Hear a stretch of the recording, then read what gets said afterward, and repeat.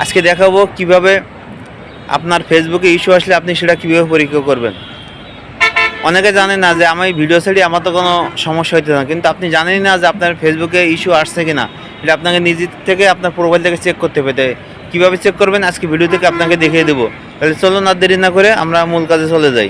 প্রথমত আমরা ফেসবুক যে অফিসিয়াল পেজটা আছে, অফিসিয়াল পেজে চলে যাবে। যে অফিসিয়াল পেজে চলে যাবে, যে এখানে একটা ক্লিক করবে। ক্লিক করার পরে আপনার যে ইস্যুটা চেক করবেন, ইস্যুটা চেক করতে আপনি প্রথমত এই যে এখানে যে এই যে আপনার প্রোফাইলে 3 ডট আছে, 3 ডটের উপরে এটা ক্লিক করবেন। ক্লিক করার পরে আপনি এখানে চলে যাবেন, এই যে এখানে চলে আসবেন, এই যে হেল্প অ্যান্ড সাপোর্টের উপরে এটা ক্লিক করবেন। ক্লিক করার পরে এখানে দেখতে পারবেন যে আপনি সাপোর্ট বক্সে একটা ক্লিক করবেন। ক্লিক করার পরে এইখানেতে এই এই এই 3টে অপশন দিয়ে এখানে আছে মূলত আপনার মূল কাহিনী। এখানে যদি কোনো সমস্যা থাকে তাহলে মনে করেন প্রোফাইলে আপনার ইস্যু থাকবে। যখন এআইডিতে দেখা যাচ্ছে এখানে ইস্যু, অবশ্যই আমার মনে হচ্ছে এখানে ইস্যু আছে। এই যে এটা করে এটা ক্লিক করি, দেখেন এখানে ইস্যু আছে, তো আমরা এই ইউ অ্যালার্টের উপরে একটা ক্লিক করব।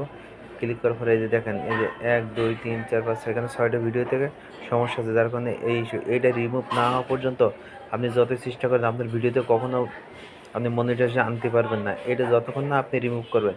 এটা আসে কারণ আপনাদের নিজেদের ভুলের কারণে। এটা আসার কারণ হচ্ছে আপনি অন্যের ভিডিও কপি করে এখানে আপলোড করার কারণে ফেসবুক এটা সাজেস্ট করে না। এই জন্য আপনার ভিডিওতে এই সমস্যাগুলো দেখা দেয়। আর উপরেরটা দেখেন, উপরে যে অপশনটা আছে এটা ঠিক আছে, নো রিপোর্ট, মানে এটা ওকে আছে। কিন্তু এই ভিডিওগুলো যতক্ষণ না আপনি ডিলিট করবেন ততক্ষণ আপনি এভাবে যতই ভিডিও ছাড়েন কোনো লাভ হবে না। কারণ এটা তো মূলত আপনার সমস্যা।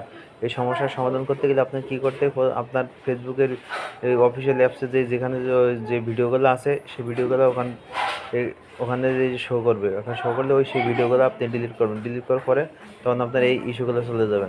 যদি ভিডিওটি ভালো লাগে আপনার শেয়ার করে আপনার টাইম ফ্রেমে রেখে দিবেন। পরবর্তী ভুলে গেলে আপনি ভিডিওটা দেখে আপনি কাজটা করতে পারবেন। ধন্যবাদ, সবাইকে ভালো থাকবেন।